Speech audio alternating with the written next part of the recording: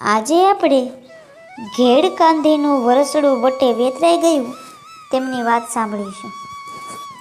મિત્રો, પાળિયા વરસડા ગામના પાદરના છે, જેમાં શૂરવીર આહિર અને આયરાણીઓની ખાંભીઓ છે, સતીઓના પંજા પણ છે. આજથી 300 પૂર્વેનો કાળ. એ કાળમાં કુદરત રૂઠે તોય રાજાનો કર ભરે છૂટકો ન હતો. રજવાડા જમીન આંચકી લે અને રાજાઓના કર હારે બાપાજી રાવ ગાયકવાડનો કડપ ભારે, એટલે પ્રજા બમણા કરના બોજથી ભાંગી પડતી. પણ શું કરે, બીજો કાંઈ ઉપાય ન હતો.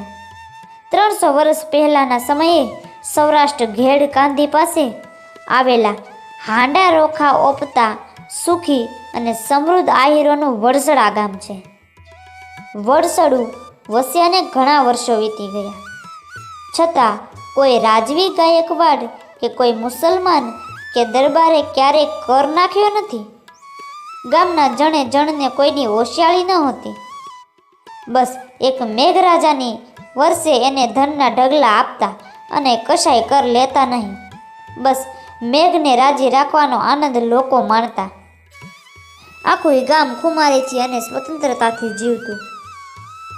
કોઈ રાજવીએ ક્યારેય કર ઉઘરાવ્યો ન હતો અને વરસડાએ ક્યારેય ભર્યો પણ ન હતો. એમનો જીવન મંત્ર નથી. એક દિવસ કાળી ચૌદશનું નાગદેવનું રાવણ બેઠું હતું અને મૂછાળા મર્દોની મૂછો હવામાં ફડકા મારતી હતી અને 2 લીંબુ ઠરે એવા મૂછવાળા અડા ભીડ ભરવા દરા ખમીર વંતાની મૂર્તિ સમા 5 આદમીઓમાં જળુ અર્જણ, રાયમલ નાગાજણ અને મ્યાતારો મારું, લાવડીઓ પૂનો, નવગધરો નાગપાળ અને ડાંગર કાંધો અને ગઢવી હમીરો એવા ડાલા મથા પાડાની કાંધ રોખી કાંધવાળા અને સિંહની સામી છાતીએ બાટકે એવા બળુકા બરકદા અને માટિયાર બેઠા છે.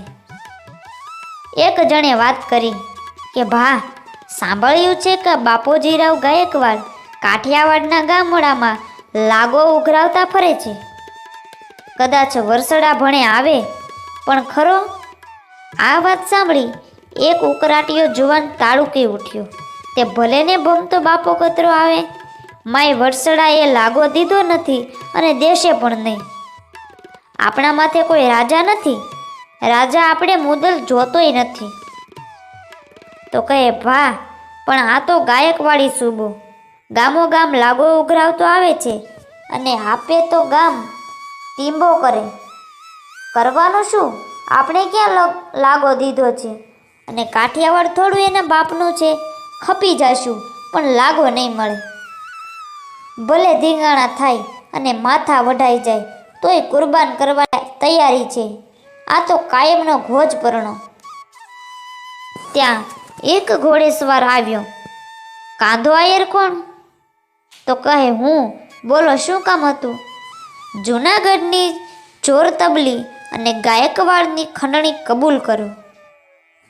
તો લોકો કહે, તમે ઘર ભૂલ્યા છો. વારસાળની જાગીર કાંઈ જૂનાગઢ કે ગાયકવાડના બાપની નથી. વિચાર કરજો. વાડાસડા કાલે ઊંધું નાખશે એવા ડારા બીજાને દેજો. ભલે ગાયકવાડ ગામ માથે ચડે, અમે પાણીનો કળશો લઈ સામા આવીશું. બાકી આયર દેગે અને તેગે તો કાળિયા ઠાકર હોય. એમ ખંડણી રેઢી નથી પડી. અહીંયા માથા સાટેનો માલ છે. આમ ટૂંકમાં હમીર બારોટે હવે વાતમાં ઝંપલાવ્યું. આ તો મર્દોએ મોત સાથે કાંડા બાંધ્યા છે. ઈસવીસન 1743ની આસપાસનો સમય હતો. વડોદરાના દામજીરાવ ગાયકવાડે સૌરાષ્ટ્ર પર ખંડણી ઠોકી બેસાડવા માટે વસમું દળકટક લઈને નીકળ્યો છે અને સાથે જૂનાગઢના બાબીઓ પણ છે. આમ સૌરાષ્ટ્રમાં બેવડી આફત ઉતરી છે અને એમાંય ઉપલેટા તાલુકાનું વાડાસડા ગામ એ વેળાએ ડાંગર શાખના આહીરોનું 7-8 ગામની જાગીરદારી વાળું ગામ હતું. વાડસડાના કાંધા ડાંગરે ગાયકવાડ સામે ખંડણીના બદલે લડાઈ લીધી, જેમાં આયરોએ જે મુરલીધરના લલકાર સાથે યુદ્ધમાં પ્રયાણ કર્યું અને અમરા પરે અપ્સરાને વરવાના પ્રયાણ કર્યો. આમ હમીર બારોટ પણ સાથે હથિયાર લઈને ચાલ્યા. સામે સામે બટાજટી બોલીને કંઈક વિંધાણા રણભૂમિમાં લોથું ઢળવા માંડી. ગાયકવાડના ઘોડા અને માણસો ઓછા થવા લાગ્યા. આ બાજુ ઢૂંગે વળીને આયરાણીઓ લડાઈમાં ગયેલા ઘાયલ આયરોને પાણી પવા જવા માટે માથે માટલા લઈને જવાની તૈયારી કરે છે.